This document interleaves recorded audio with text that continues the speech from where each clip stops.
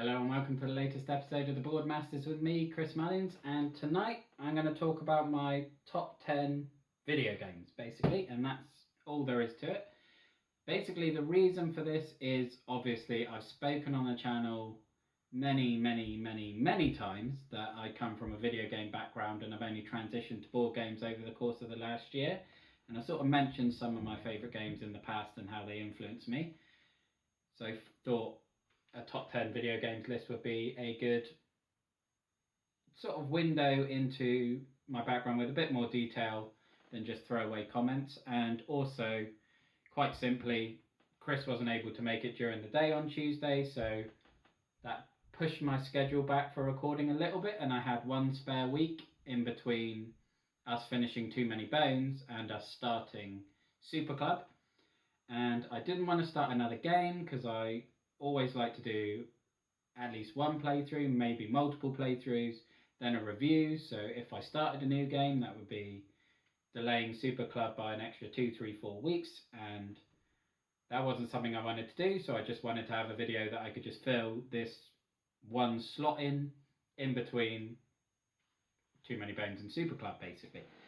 And so yeah, I thought let's talk about video games. It's a one-off, and it's something that I absolutely love. Obviously, there are some quite big clues on the table as to what some of these games are going to be. And although I've cited many times on the channel that Return to Dark Tower was the board game that got me into this hobby, I think this actually had the biggest influence, because buying this last year was the first time I ever went into three figures for anything other than a console. And it's obviously Final Fantasy VII related. You know what, no, I'm going to talk about that later when we get to the game. So let's dive into the top 10 with number 10. And again, this is the first of many cop-outs, really, in that it's kind of two games, and that it is Shadow of Mordor and Shadow of War. And these are the two Middle-earth games where you're basically playing as a soldier who gets, well, I won't go into spoilers, but gets supernatural powers, and it's basically like a cross between Assassin's Creed with the Arkham Asylum Batman combat system set in Middle-earth. So that is three of my absolute favourite things from video games. I love Assassin's Creed games. I love the combat system from the Batman Arkham series. And I absolutely love Lord of the Rings. And I thoroughly enjoyed every minute I had with both of these. I platinumed both of them. I didn't get Shadow of War at launch. I planned to get it on launch, but obviously then there was the massive loot box controversy where they added a huge amount of grinding into the games, and I refused to buy it at that point, and then thankfully they backed away from that in the end and patched it massively to remove a lot of the grind, and I dived in because it was about a tenner, I think it was, and it was phenomenal. I loved both of those. They were just a joy throughout. But that pair of games, but they're both going into number 10 on my list. Now, number 9 I don't have on the table because it is the first of two digital games that I have, and that one is Jurassic World Evolution, which is again a game based on an IP I love. If you watched our Dinosaur Island coverage, you'll know I love Jurassic Park and everything, and a game where I can build and run my own Jurassic Parks was nirvana to me. And again, well, like many of the games on this list, I got the platinum on that. But that's probably the one game I've ever platinumed, and I always kind of had this rule with video games that I'd never move on from a game until I finished it. And quite often, if it was a game I enjoyed, that would mean platinuming it, and then I would move on to the next game because I'd basically done everything there was to do in that game. Jurassic World Evolution to this day is probably the only one that I've platinumed and feel like I did everything in the game, but still feel like I want to play it all the time. Most of these games, I've already completed them 2 or 3 times, and I almost feel like I don't need to play them again. But with Jurassic World Evolution, I do feel like there's unfinished business there, and I'm going to go back to it one day, especially as I haven't played the DLCs. On to number 8, and we got the clue here. We have Persona 5. Now I've got the Royal Edition, which is where I got this, but I haven't actually played the Royal version yet. I was very kindly bought the base game by my friend Guy a few years ago when I was struggling financially. The game came out, he fell in love with it, knew it, or firmly believed it was exactly my type of game, so he kindly bought it for me, and he was absolutely right. I fell in love with it, head over heels, absolutely adored it, and when Royal came back, I just had to buy that as well, because one, I absolutely adore the Joker mask and just love having it sat there, and all the other little extras, and I do plan on playing this at some point. It's just my video game backlog is bigger than my board game backlog at this point, and I've gone from playing at least 15 hours a week to maybe getting 2 or 3, so I'm taking an awful lot longer to get through my backlog than I was a year or two ago. On to number 7, and we have got Deadly Premonition, which is, in my opinion, the best terrible game ever. If you've played it or if you've looked at it, the graphics in this game are laughably bad. I literally laughed out loud when the intro video loaded up. The trees looked ridiculous, and the driving controls are terrible. It's got tank controls, which even Resident Evil barely justifies keeping anymore, and it is a technical disaster, really.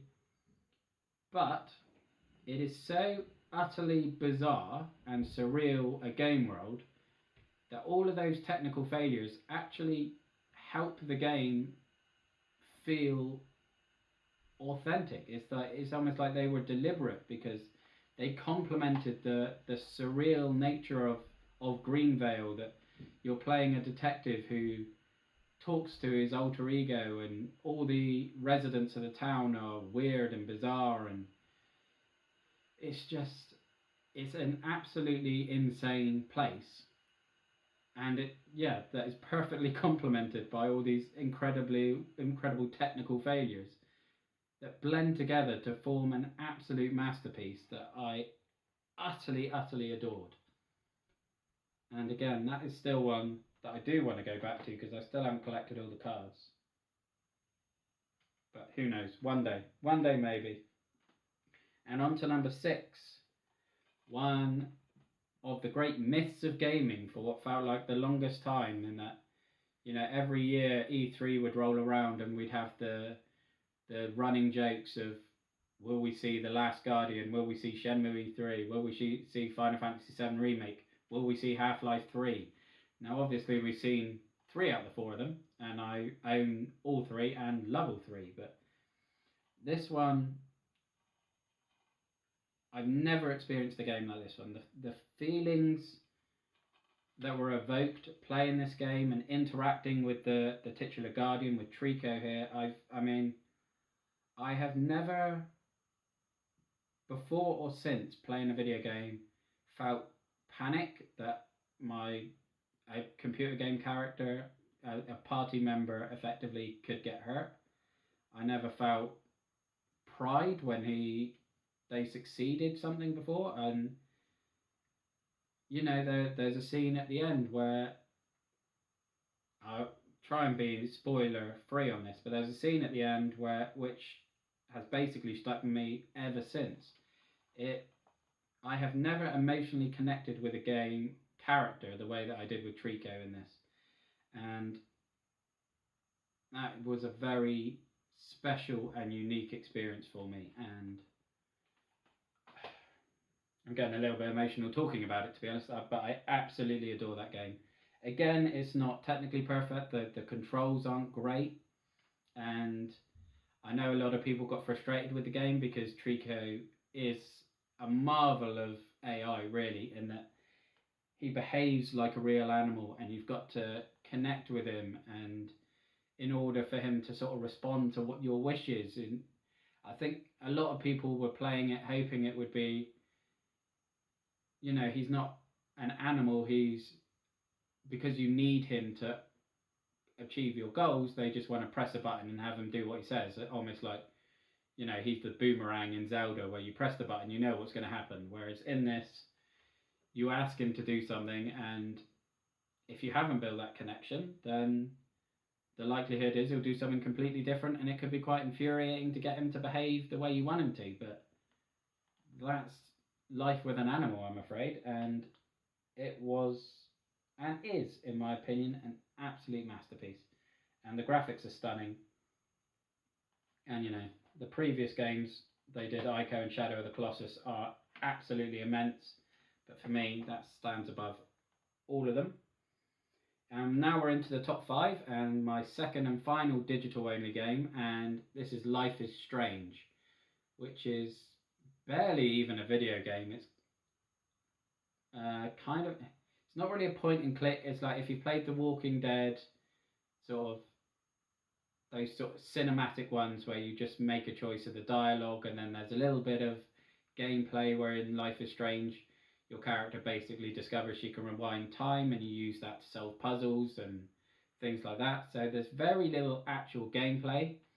But whilst The Last Guardian gave me an emotional investment in a character like never before, Life is Strange gave me an investment in a group of, just in a world that, and in a story that I probably never have felt before or since. I mean, I remember chapter 3, I cried throughout the whole chapter basically for about an hour. It was just gut punch after gut punch after gut punch after gut punch. It was so emotional, and the proper ending was heart-wrenching as well.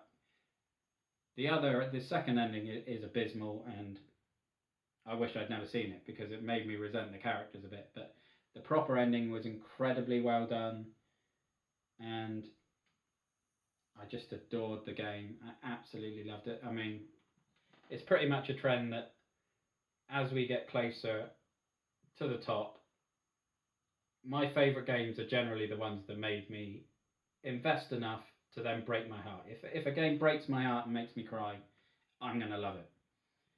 And now going into the top 4, well, pretty much all of these are going to do that. And we are on to the next major cop-out. And we have got Mass Effect. And I'm using it as a cop-out because although there's 3 titles, it was released as the Mass Effect trilogy on PS3. So I count it as the Mass Effect trilogy. And oh god, yeah, I mean, I considered myself a gamer before, and I liked games, but before Mass Effect, I was the type of gamer who would play a game, get halfway through it, something shiny would come along, and I'd change games, and then would never come back to it because I didn't know what I was doing, and I would either have to start again or just abandon it. And then Mass Effect came out, and that basically started my obsession with started with getting all the achievements because I was an Xbox 360 player. Then it became into getting platinums when I moved to the PS4 for the next generation, but I was obsessed with this game. It was, I mean, just the combat was fantastic with the range of abilities with biotics and how powerful you felt, and just that relationship you build with your crewmates. And I looked forward to going back to the ship after every mission just to talk to everyone again. And I've never had a game like that before since then. Unfortunately, I'm playing Mass Effect Andromeda now. It's something they seem to forget when they made that game, because you go back after a mission, talk to your crew, and they've got nothing to say, and it's the biggest disappointment for that game. It's still good, it still plays well, but you just don't have that connection with the characters. And I mean, over the course of the 3 games, my Shepard fell in love with Tali, and to be honest, I think I genuinely fell in love with Tali by the end of the run through. I'd spent so much time with her, and you spend all that time building your relationship in game and connecting, that it did almost feel like I had genuine feelings for her by the end, and with the ending I chose when Shepard valiantly gave up his life to save the universe, and you see Tally putting his name on the sort of memorial wall in the Normandy, and I just broke down then, and yeah, a masterpiece. And I'm amazed that I don't. If it wasn't for board games, I would be playing through the Legendary Edition now. I wouldn't be sat here talking to you. I would be playing the remastered Legendary Edition that was a guaranteed purchase if it ever happened for 10 years, and then just before it did happen, I fell in love with this hobby to the point where I don't get enough video game time anymore to justify it, and that's a little bit heartbreaking. But we're into the top 3 now, and these are all the same franchise basically. But we have got probably the single most important video game in my gaming history in Final Fantasy VII. And similarly to Mass Effect, with that one being the game that turned me into someone who was obsessive about doing everything in a game before moving on, this was the game where prior to this, I had the Mega Drive with Sonic and Dynamite Headdy and games like that I loved, and then the Crash Bandicoot, Soul Blade, etc. But they were games I played when I had nothing necessarily to do. It wouldn't be my first choice. I would want to go out, play football, that sort of thing. And then this came out. And for better or worse, and I'm sure many people connected to me will say worse, this game made video games become my number one priority, in that I would want to be playing video games above all else. Again, the famous death broke me, but I mean, just that first few hours in Midgar is probably one of my favourite game sequences ever. And it's got like my favourite side quest ever with Yuffie and going to Wutai, and yeah, it absolutely blew my mind. I think I would have been about 11 when it came out, and I'd never experienced anything like it before. It was utterly beautiful, and yeah, just turned me into a video gamer, really. And then following on from that, what was my number one game for, over 20 years, certainly, Final Fantasy VIII, which is largely considered the dark sheep of the Final Fantasies, really, and understandably, because the draw mechanic in this game is probably the worst gaming mechanic I've ever played. It's completely meritless and awful, really, because certainly someone who's obsessive like me, as soon as you draw magic from your enemies to build up your stocks, and the more magic you have, then you junction it to your stats to make your stats stronger. So the more magic you have, the stronger you are, which instantly discourages using magic, which isn't something I always do in Final Fantasy games anyway. I'm usually just stick with the attacks and the summons other than curing, but it completely disincentivized it in this game. And then obviously the more magic you had, the more difference it made when you junctioned it. So I wanted to have 100 of everything. So I, particularly early in the game when your stats are bad, so you will always have one character who's drawing 1 or 2 magic a go, and then you could be facing an enemy where you want to draw 3 different types of magic. So you're drawing 300 to 400 magic in a fight when your character's doing 1 or 2 per turn.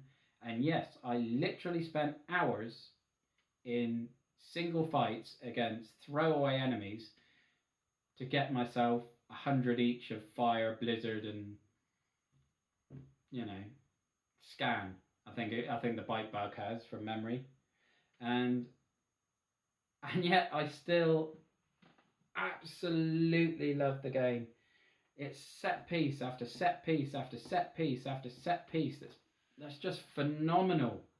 That first disc, the first 2 discs are just a tour de force for me. Every single set piece is memorable and magical and stuck with me for all those years, and Triple Triad is one of the best side games ever for me, and the emotional journey, I think maybe because I was a young teenager at the time and I was an introvert and I didn't really fit in, and so maybe I connected with Squall and his sort of miserable, introverted outward appearance and the way his inner monologues and stuff. Perhaps I connected with that, and then the fact that he overcame that over the journey and recognized his feelings and whatnot. Perhaps that is what I connected with so strongly. And yeah, I am head over heels in love with this game. And I don't care how bad the draw system is, it doesn't take anything away from it for me. It's still a 10 out of 10. And then obviously, with Cloud sat here beside me, it's pretty obvious that number one is the remake of Final Fantasy VII, Part 1, anyway. And I'm stunned that this ever got to my number one, to be honest. I mean, I was always going to buy this. I said to Stace, my wife, 15 years ago, if they ever remake Final Fantasy VII and there's a vastly overpriced collector's edition with a statue, I'm buying it. Needless to say, they fulfilled my wishes, and, you know, part of me hopes there's enough parts to the remake that they will have a fancy statue for each character, and I can spend a huge amount of money getting all my Final Fantasy VII favourites on my shelf in a similar way to this. But I probably shouldn't give Square Enix any ideas, but because most people will hate me for it. But for me personally, do it. Make it 7 parts long or 8 parts long, and give me a massive statue each time. I will happily pay it. But why this became number one, and again, it surprised me because I utterly adore, obviously, 7 and 8. I love the turn-based combat system. Replacing that with a dynamic, action-based combat system was a huge departure and a huge risk for me. 15 had a similar battle system, and that was fun, but I still would have rather had the turn-based.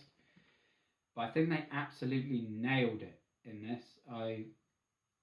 It was the perfect marriage between dynamic action and turn-based, in my opinion. It gave me all the nostalgia and feels of playing Final Fantasy VII again, and it was different enough that it was like, I mean, how many times do you hear people talking about a film or listening to a CD or playing a game, and they just wish they could forget about it so they could play it again or experience it again with new eyes and just get that feeling of experiencing it new again. And this gave me that. It's the only time I've ever had that feeling for anything that has the nostalgia that these have for me. And it was just tremendous.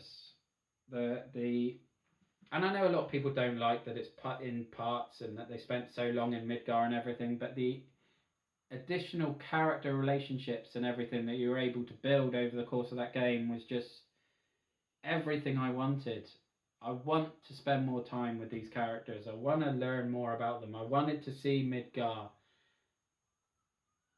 more thoroughly, basically. It wasn't perfect. There were some scenes like going around Wall Market where I love the original scene where you're going around looking for all the garments as part of Cloud's outfit, and in this version they basically have someone hold your hand and walk you around and take you to every part of it, which was a waste for me. I didn't enjoy that bit, but that was a rare misstep, and I utterly adored it. I loved the ending, which I know a lot of people don't as well, because whilst I would have been very, very happy to just replay the original story in modern technical feats, the fact that they've opened it up and can change things and it could be wildly different and we're heading into the unknown is hugely exciting to me, and I just love it. I absolutely love it.